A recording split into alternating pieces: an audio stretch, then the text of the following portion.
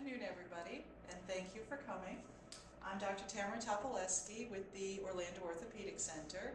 I'm a pediatric orthopedist, and I have been with the Orlando Orthopedic Center for 13 years. My practice is comprised of children ranging from newborn to college age and young adults.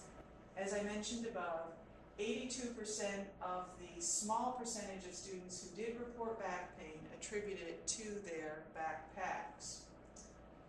Of that 37% who complain of back pain, only a very small percentage, less than 20%, actually seek orthopedic care for their back pain.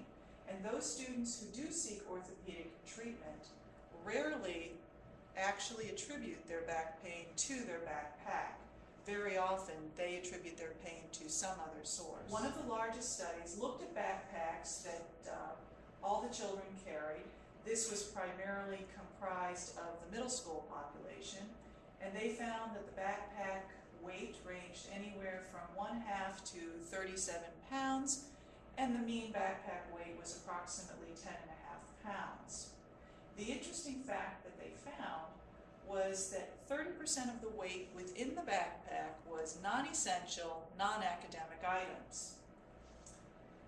Of note also was that the complaints of pain increased as the backpack weight increased as a percentage of the child's body weight. Based on these studies, we're unable to specifically quantify a recommended weight limit. However, we were able to summarize from these studies that a backpack weighing more than 10% of the child's body weight is associated with increased complaints of back pain. I'm often asked by the parents in my practice who attribute their child's back pain to the backpack whether a second set of books for home would alleviate their symptoms. As you all know, with budget cuts across the country, from K through 12, a second set of books is often not readily available.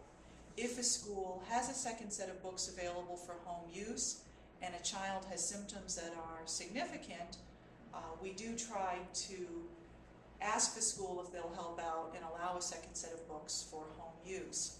The interesting finding in this very large study was that having a second set of books for home use did not necessarily lessen the weight of the backpack. This, I think, goes back to the fact that so much of what's carried in the backpack is non-academic and non-essential.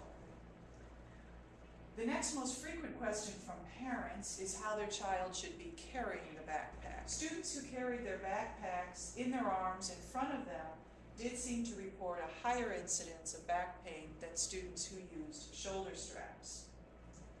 Now, in the students who used the shoulder straps, the incidence of complaints was similar whether the students reported using 1 or 2 shoulder straps.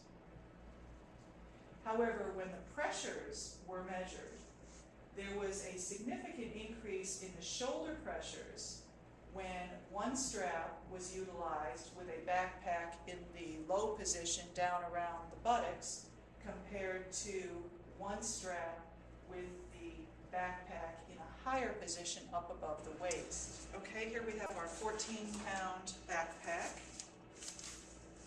and we are going to place both straps over the shoulders. The backpack needs to be carried up above the buttocks, and it needs to be flush against the child's back so that it's not hanging forward and it's not hanging down below the waistline. Another question I'm frequently asked in the office is whether or not carrying a backpack contributes to any other conditions aside from complaints of back pain. Scoliosis is common in the adolescent population. Scoliosis is an S or C-shaped curvature of the spine, and the good news is that there really is no scientific data to suggest that carrying a backpack contributes to the development or progression of scoliosis. So children, even with a diagnosis of scoliosis, may certainly use a backpack as long as they follow the guidelines for carrying them.